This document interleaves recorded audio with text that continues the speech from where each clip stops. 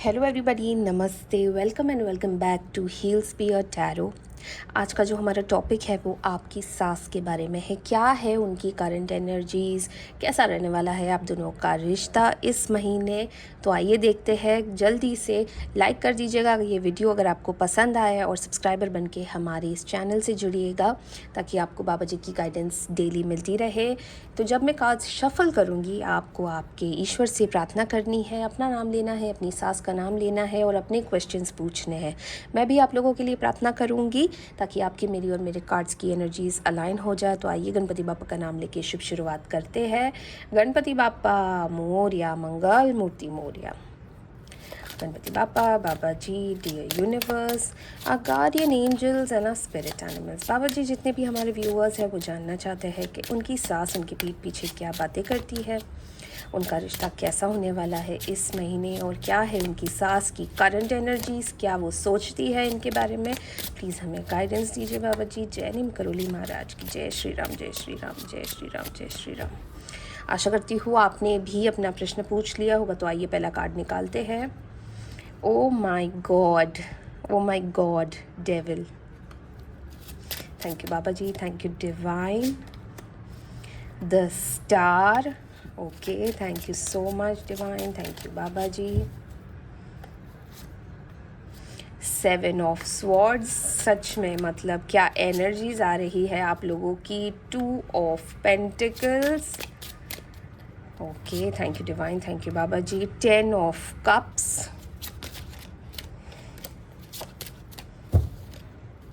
Divine, thank you, Baba Ji. Knight of Wands. Okay, Judgment. Thank you, Baba Ji. Thank you, Divine. 7 of Pentacles. Okay, thank you so much, Divine. Thank you, Baba जी। हम एक काम करते हैं, एक और deck से बाकी की कार्ड्स भी निकालते हैं, देखते हैं उसमें क्या आता है। जय श्री राम, जय श्री राम।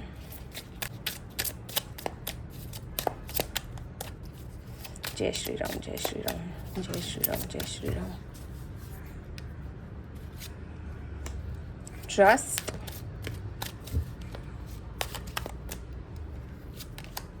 प्रोजेक्शंस,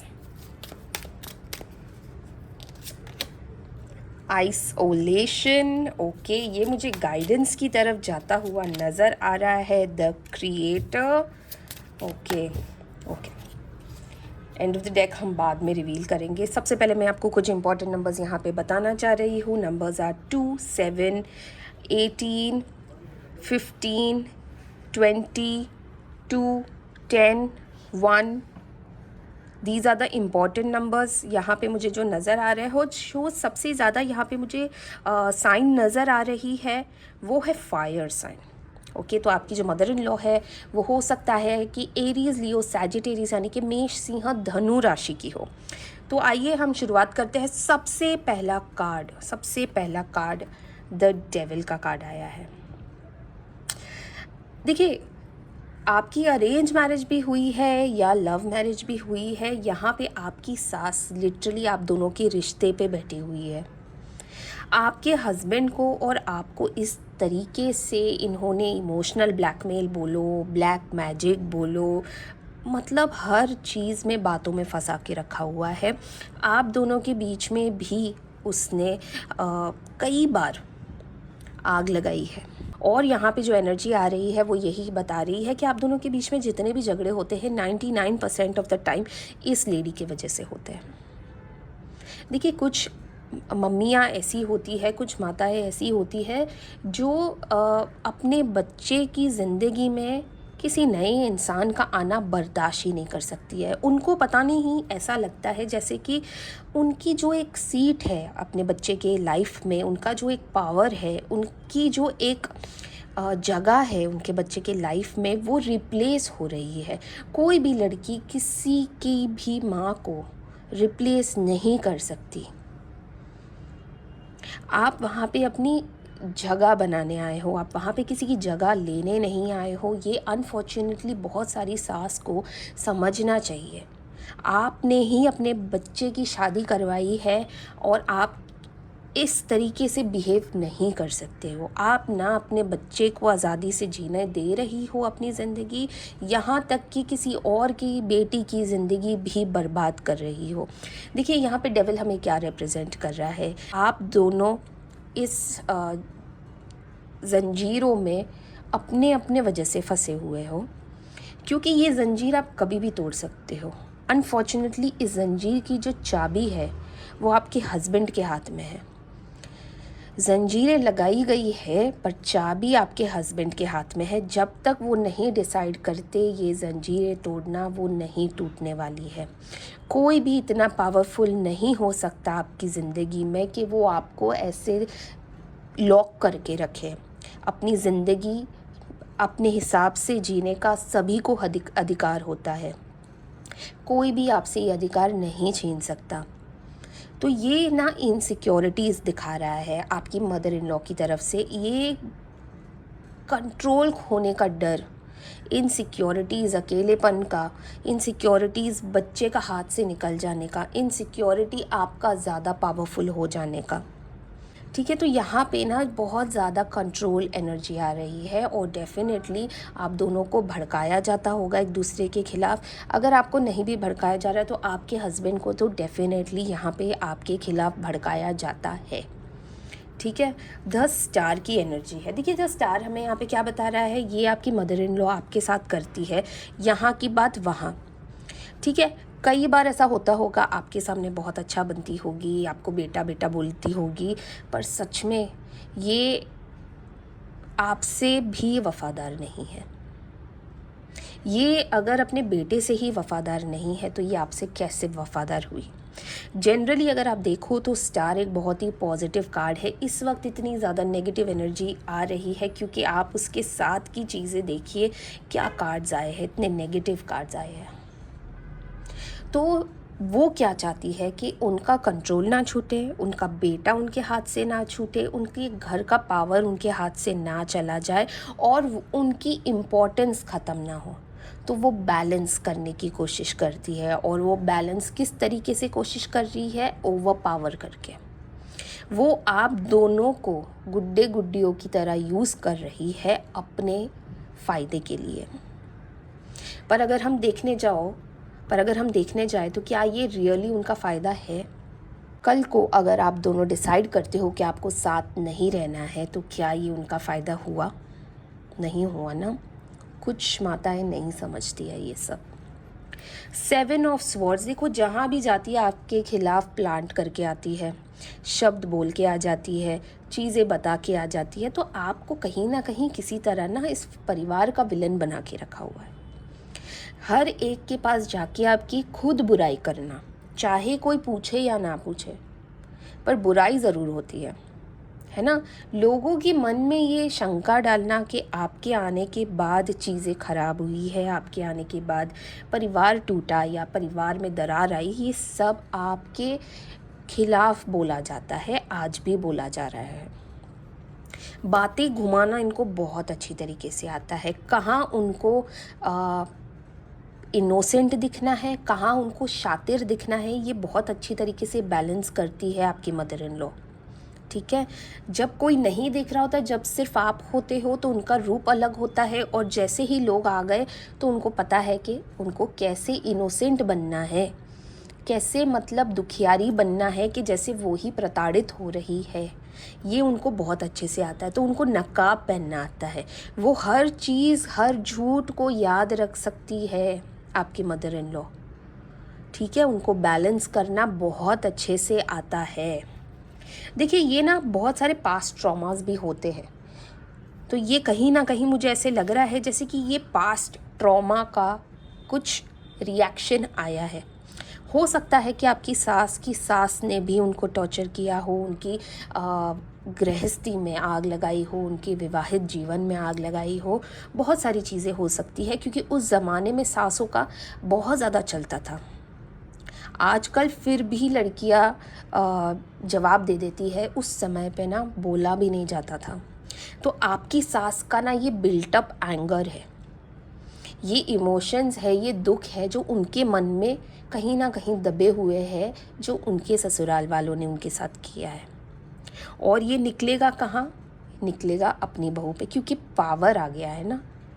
तो पावर आज उनके हाथ में है। उनका जो अंदर का सब इमोशन है, जो उनका गुस्सा है, जो उनकी नाराज़गी है, वो अपनी बहू पे निकल रही है।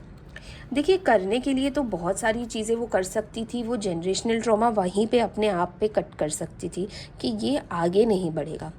अगर वो चाहती कि मेरी बहू तक ये सब ना जाए, ताकि वो ऐसे रिश्ता निभाए और वो ऐसी फैमिली में पनपे कि कल को जब उनकी बहू आए, यानी कि आपकी बहू आए, तो आप भी अपनी बहू के साथ उतनी ही मिठास से, उतनी ही अच्छे से रहे जैसे आपकी सास आपके साथ रहा करती थी। पर उन्होंने क्या चूज़ किया? उन्होंने जनरेशनल ट्रॉमा कट करना ही नहीं चूज़ किया। कई बार वो सोचती भी है कि ये बहुत गलत हो रहा है, पर फिर उनके अंदर का जो गुस्सा है ना, वो भी काफ़ी बाहर आ जाता है। तो कई बार आप देखोगे कि वो 2 कदम पीछे भी ले लेती है, पर फिर वो आगे बढ़ जाती है। यहाँ पे जजमेंट का कार्ड आया है। तो जजमेंट पता है क्या? यहाँ पे आपकी एनर्जी दे रहा है। जैसे आप अपनी गृहस्थ जीवन बचाने के लिए, अपना वैवाहिक जीवन बचाने के लिए हर गलती माफ़ करते हुए जा रहे हो, हर दुख सहन करते हुए जा रहे हो, हर एक ताना सुन रहे हो। क्यों? क्योंकि आपको आपके पति पे, आपके बच्चों पे ये सारी चीज़ें हावी नहीं होने देनी है। यहाँ पे मुझे नज़र आ रहा है जैसे आपके जो हस्बैंड है, आपके जो बच्चे हैं, वो आप बहुत ज़्यादा इमोशनली जुड़े हुए हो उन लोगों से। और जैसे कि यहाँ पे डेविल में भी दिख रहा है, जैसे आप दोनों के बीच में बहुत सारी चीज़ें ख़राब है, बहुत सारी नेगेटिव चीज़ें हैं। ऑफ कोर्स इन्फ्लुएंस के भी वजह से, पर कहीं ना कहीं आप अपने हस्बैंड से बहुत ज़्यादा प्यार करते हो और आप उस एक दिन के होप में बैठे हुए हो कि कभी तो मेरा हस्बैंड मुझे सुनेगा, मेरा पक्ष लेगा। इसी टाइम का आप वेट कर रहे हो, जिस वजह से आप हर चीज़ को लेट गो करते रहते हो और नए नए मौके देते रहते हो। ट्रस्ट का यहाँ पे कार्ड आया है, जो यहाँ पे ये दिखा रहा है कि आप अपने ईश्वर पे ट्रस्ट कर रहे हो, आप अपने हस्बैंड पे ट्रस्ट कर रहे हो, आप अपनी किस्मत पे ट्रस्ट कर रहे हो। ठीक है, तो आपको क्या करना है? कहीं ना कहीं आपको अपना भी एक ग्राउंड रूल डिफ़ाइन करना होगा। गोइंग विद द फ्लो इस वक्त आपके लिए नहीं वर्क करेगा। शायद एक आध साल और निकल जाएगा, पर कहीं ना कहीं जब चीज़ें हावी हो जाएगी आपके ऊपर, जब आपके हस्बैंड टोटली आपके अगेंस्ट चले जाएंगे ना, तो आप अकेले पड़ जाओगे। देखिए, लोग झूठ बोल बोल के, चिल्ला चिल्ला के लोग झूठ बोलते हैं ना, तो दुनिया विश्वास कर लेती है कि वो झूठ सच होगा। पर सच कितना भी आप जोर जोर से चिल्ला चिल्ला के बोल दो ना, आपको हमेशा प्रूफ लगेगा वो सच को साबित करने के लिए।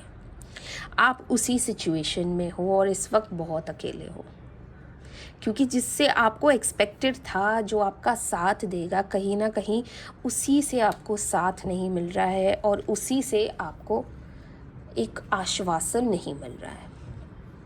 प्रोजेक्शंस का कार्ड आया है यहाँ पे। देखिए, आपके हस्बैंड के लिए ये गाइडेंस आई है कि उनको जो ये नकाब पहनाया गया है कि आप कैसे हो, या उनकी माँ का जो नकाब वो नहीं देख पा रहे हैं, जो उनकी माँ ने उन पहना हुआ है, ये भी एक पॉइंट है जिस वजह से आप सफ़र कर रहे हो।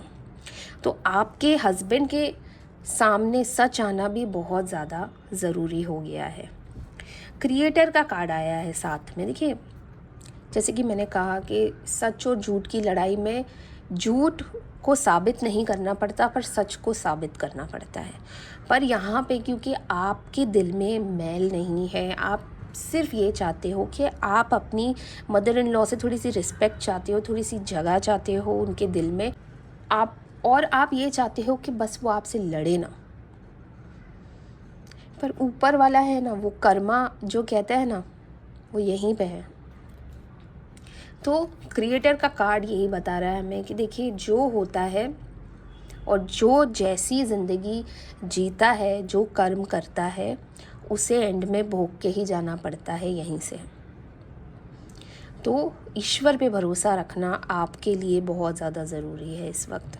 और मैं हमेशा हर वीडियो में कहती हूँ कि सामने वाला कितना ही घिर जाए अपनी स्टैंडर्ड से, हमें नहीं गिरना चाहिए।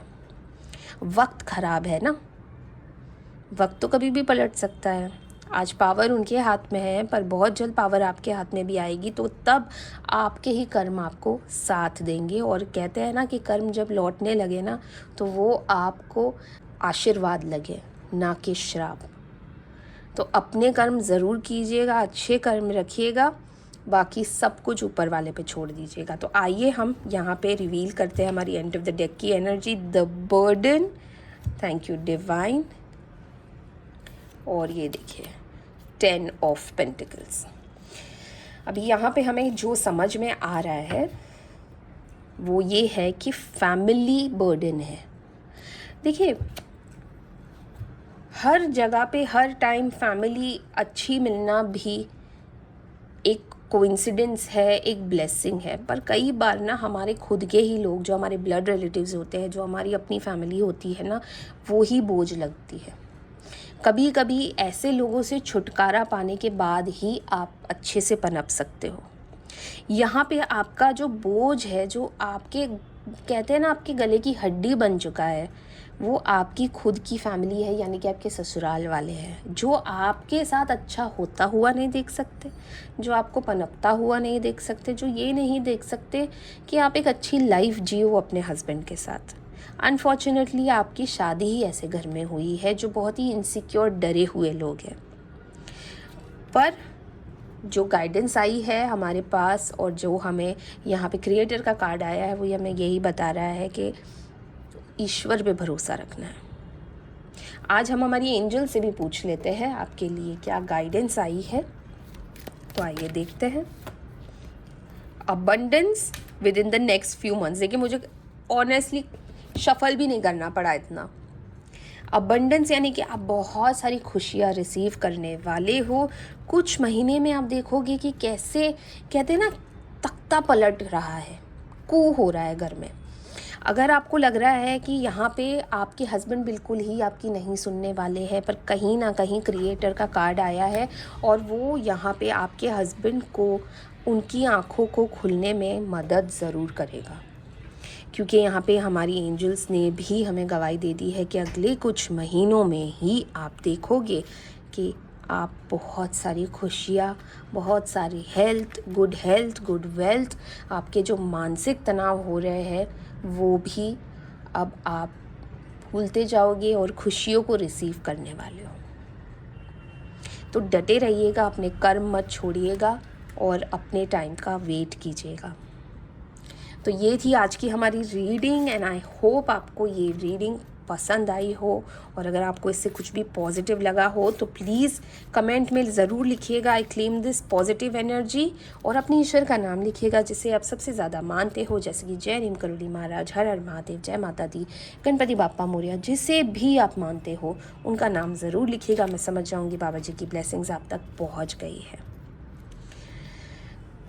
तो मिलते हैं हम कल एक नए वीडियो के साथ। तब तक के लिए ध्यान रखिएगा अपना बहुत सारा। हर हर महादेव।